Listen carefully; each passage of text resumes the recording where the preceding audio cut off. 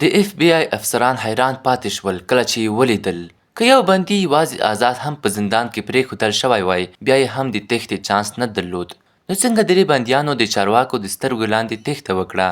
لا حیرانوونکې خبره دا وه چې د 10 ساعتونو لپاره د زندان چارواکو هیڅ خبر نه درلود چې دوی تښتېدلي دي. یوازې اف بی آی نه، بلکې د هغې درې لوړ پیاوړې ادارې هم په دې باندې سختې هڅې کولې چې دا قضیه حل کړي. خبره د یوې داسې تېښتې ده چې 80 کاله نه ده حل شوې، بلکې د ټولې نړۍ لپاره یو راز ګرځېدلی ده.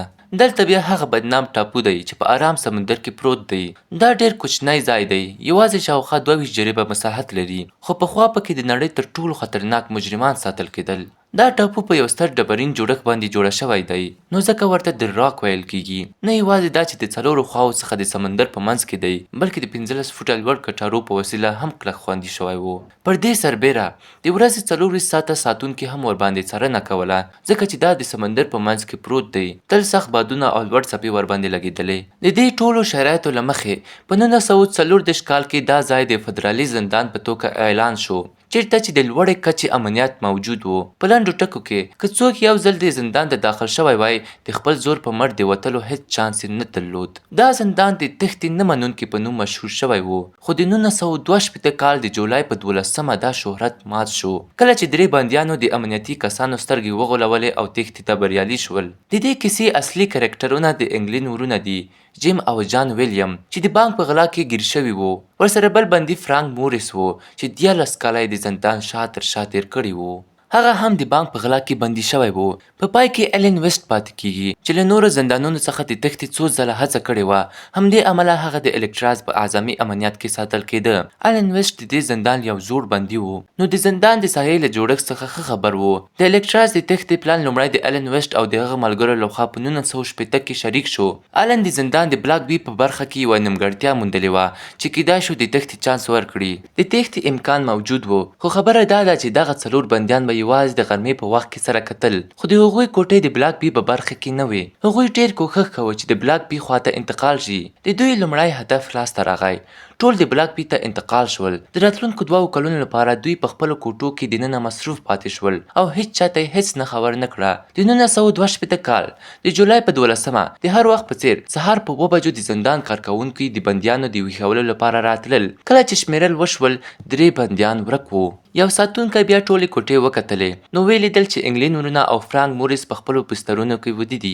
دا خبره ورته مشکوکه ښکاره شوه، نو د کوټې دننه ورغی څو هغوی راویښ کړي. همدا وخت یې ولیدل چې په بسترونو کې یوازې د دروغو سرونه ایښي وو. هو، ټول 3 تښتېدلي وو او شاته یې د صابون، پلاسټر او کانکریټ نه جوړ جعلي سرونه پرېښي وو. حتی د هغوی له یوې د کوټې پر ځمکه ولوېد او مات شو، ځکه چې لمس شو. کله چې دا صحنه ولیدل، ټول زندان په شاک کې ولوېد. کارکوونکي بشپړ حیران وو. هغوی فکر کاوه چې بندیان له ټاپو څخه وتلی نشي، نو ټول هیواد یې خبرداري کې واچوه. خو له دې سره سره هیڅ درک یا نښه د دغو تښتېدلو ونه موندل شوه. د ټول زړونه په یوه خبره باندې بند پاتې وو، څنګه 3 بندیان د دومره سخت امنیت لاندې وتښتېدل. په یاد ولرئ چې الن ویسټ د تښتې په ډله کې نه و، سره له دې چې د دې پلان اصلي مشر بلل کېده. یوه پلټنیزه ډله راوغوښتل شوه او اف بی آی ته هم خبر ورکړل شو.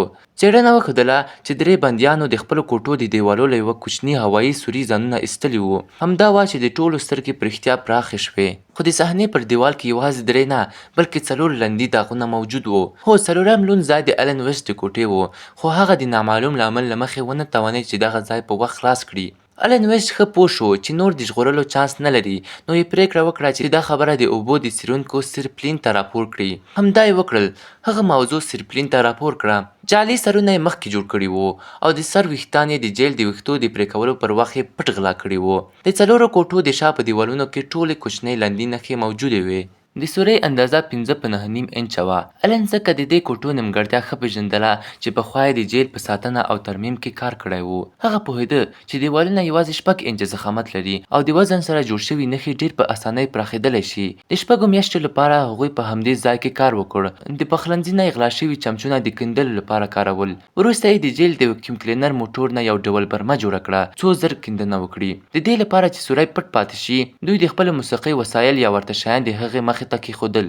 کله چې د بندیانو شورماشور ډیر شول انجې به په پټه له کوټې وتلو او هغه دهلیز ته ورتللو چې هیڅ ساتنه نه لرله. له هغه ځایه یو پایپ نیغن د بلاک بي چت ته تللی و، هلته چې د ترمیم چارې اکثرا کېدې. په لیکچراز کې بندیان تل په کارونو مصروف ساتل کېدل، لکه د ترمیم یا پاککارۍ. همدا څلور بندیان هم د ترمیم په نوم څو ځله چت ته وختل او په پلمه یې هره وړه جزئیات د تېښتې لپاره یې معاینه کول. له چته یې د بل پایپ په مرسته ښکته کوزېدل او بیا د 15 فوټه لوړ اوسپنیز کټارې څخه هم تېر شول. هغوی له وړاندې ځانونه ښه چمتو کړي وو، حتی یې له ربړي باراني کوټو نه یو پړسېدونکی کښتۍ جوړه کړې وه. دا باراني کوټونه د زندان له لوري ورکول کېدل، خو دوی په بېلابېلو پلمو لږ لږ ټول کړي وو. پر دې سربېره دوی د همدې باراني کوټو له موادو څخه د ژوند ژغورنې واسکټ هم جوړ کړی وو، څوک د شپې په اوبو کې ولویږي د اوبو پر مخ پاتې شي. خو د اف بي آی اصلي پوښتنه لا هم هغه وه، دا درې بندیان اوس چیرته تللي دي؟ د دوی څلورم ملګری الن ویسټ وویل د الوتکې د مهالوېش له مخې ښایي دوی لومړی د انجل ټاپو خواته تللي وي. د پلان له مخې دوی باید د شمال له انجل ټاپو نه ګوجار سیمې ته ورسیږي، ځکه هلته ډېر لږ امنیت و. له هغه ځایه باید یو موټر او جامې غلا کړي. د الکترا شاوخوا ټوله سیمه وکتل شوه، خو د غلا یا موټر ورکېدو هیڅ راپور ورته ونه رسېد. هیڅ چاته د امنیت له کرښو هره خوا تښتې ناشونې وه. سمندر به یې نیغن تېر کړی وای. خلک ویل د الن ویسټ کیسه هم یوازې د اف بي آی د دوکه کولو لپاره وه. د درو تښتېدلو هیڅ نښه، هیڅ درک هیڅ کله پیدا نه شو. یوازې د بلاک بي په شپږم منزل کې د پښو نښې پاتې وې چې ښایي ټول پلان له همدې ځایه عملي شوی و. هغوی د پټو ورکشاپونو او جي پي له لارې ښکته شوي وو، خو د پښو نښو لیدلو سره دا خبره تایید شوه چې د الن ویسټ کیسه دروغ نه ده.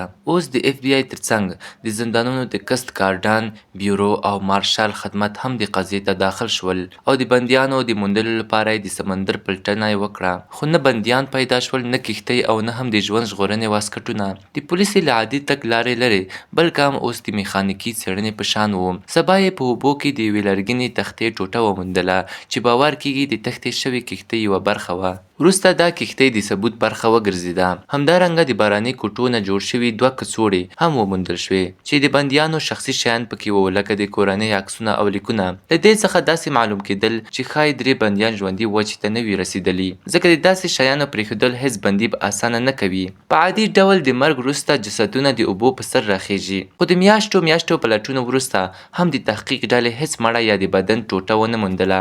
یوه نظریه دا ده که بندیان د کښتۍ په مرسته وچې ته ونه رسېدل، نو ښایي د بلې لارې ځانونه ژغورلي وي او په 1962 کې وتلي وي. د تښتې له یو کال وروسته یو کارټر بند شو. په 1979 کې اف بي آی په رسمي ډول د دوی د تعقیب پرېښودو اعلان وکړ. اوس یوازې مارشل خدمت دا دوسیه پرانیستې ساتلې او دا به تر هغې خلاصه نه شي څو پورې چې یا بندیان ونیول شي او یا یې مړي پیدا شي، که نه دوی هیڅکله په رښتیا ورک نه بلل کېږي. نن ورځ د الکټراز ټاپو د امریکا ملي پارک ګرځول شوی چې ټورسټ خلک یې لیدو ته ورځي. دلته لا هم هغه بلاک بي منزل لیدل کېږي چې 80 کاله وړاندې د انګلینډ وروڼه فرانک مورس او د دوی ملګری الن ویسټ تر شا ساتل کېدل. هیله لرم چې له دې ویډیو خوند واخلئ او له نورو سره یې شریکه کړئ. له ښکلو نظرونو مو ډیره مننه. په بل زړه راښکونکي ویډیو کې به بیا سره ګورو.